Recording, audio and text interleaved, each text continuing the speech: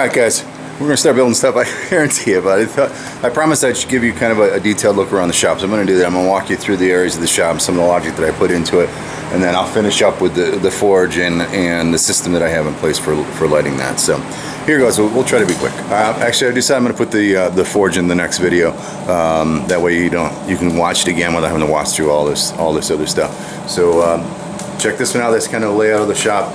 Nothing fancy. I just wanted you to see that in reality nothing's changed except it's all under the roof, and I picked up an extra buffing wheel in the process. That's pretty much it.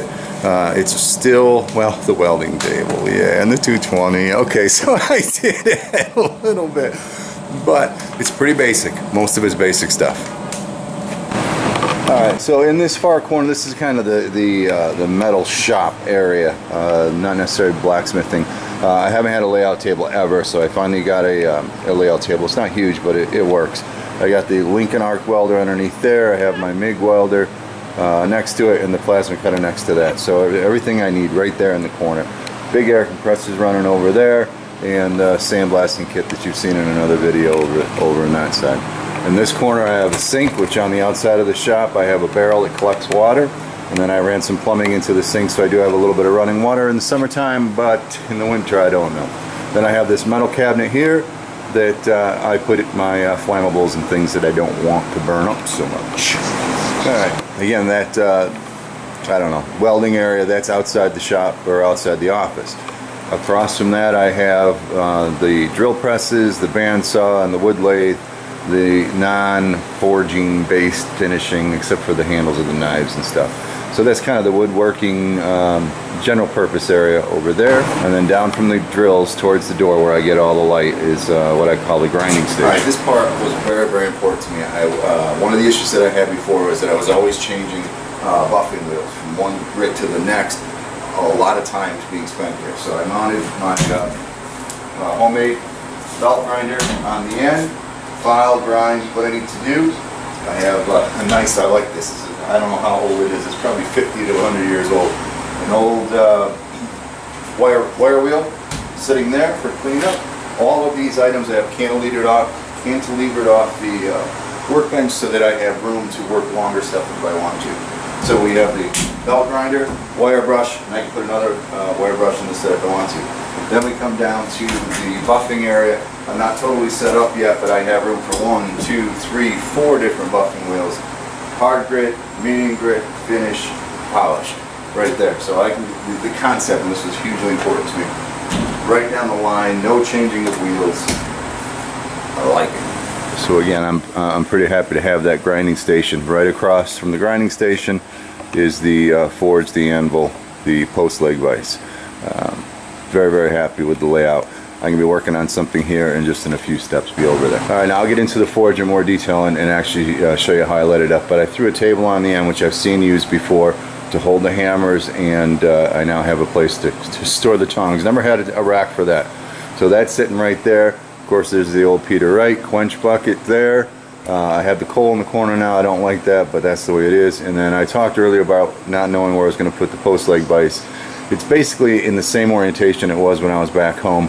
I was concerned when I deal with longer stock having the wall in the way, but I hadn't thought about the fact that I now have that welding layout table. So I have a vise that goes on there. If I need to cut something, I'm going to cut it over there. I'm not going to even be cutting over in this corner. So the vise went there.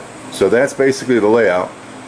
Forge, welding, metalwork, cleanup area, general stations, and woodworking, and then my pride and joy grinding bench. Okay. All right, let me go ahead and show you some of the materials that I've accumulated, and then we'll get into the forge. Oh yeah, before I forget, the vanity. I had to do that. I want it there. This is where I do my videotaping. Now I got the sign. Awesome. All right, materials. I have collected, I don't know, so many wrenches for bottle openers. I have collected so many old wrenches for coat hooks. I have enough punches and punch material to make any type of punch I need. I have a pretty cool collection of cable for Damascus type cable knives. I have some pretty cool things there. If you look down in there, I got a few railroad spikes, which by the way, not one of them has and nor will ever come from the tracks out back. I'm not going to do that. Over in the corner here, I have enough file and rasps to keep me busy in knives and herb choppers.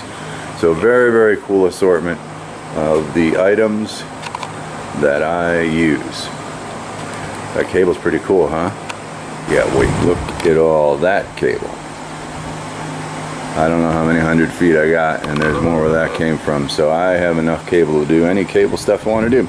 So the cable's laying on the floor. I also have some rebar down there. Underneath the benches I have the odd miscellaneous round stock, odd shaped things that I use for a bunch of different things. Both benches have stuff underneath there. And those tubes down there are my 01 and my good stock there. And then over in the corner, the long stock is standing up in the corner. You know, again, I have never had a place to store things, so it may not be the best configuration, but that's what I have now. Very, very excited about the cables. Very, very excited for you guys waiting for your rasp knives. There's a good collection of those ready to go. And then just a few railroad spikes. There they are. Just a few. Let me show you something else that I have. Right down there.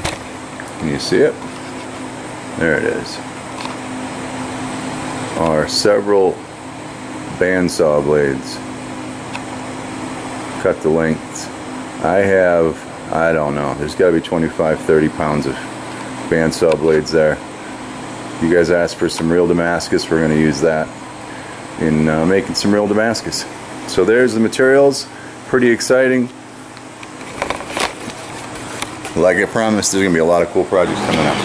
Alright, anyway, that's the layout that I have in the shop, and stay tuned. Next video, look it up. It'll be 11, 12, probably episode 12. We're going to go ahead and get this forge started. You can see the process that I go through now. It was a long process to get this thing put together. I'm working today. 2 weeks after, well, yeah, 2 full weeks after, so this is week 3. Gonna start making some money today. So stay tuned, watch the next video. I'll show you the forge in detail.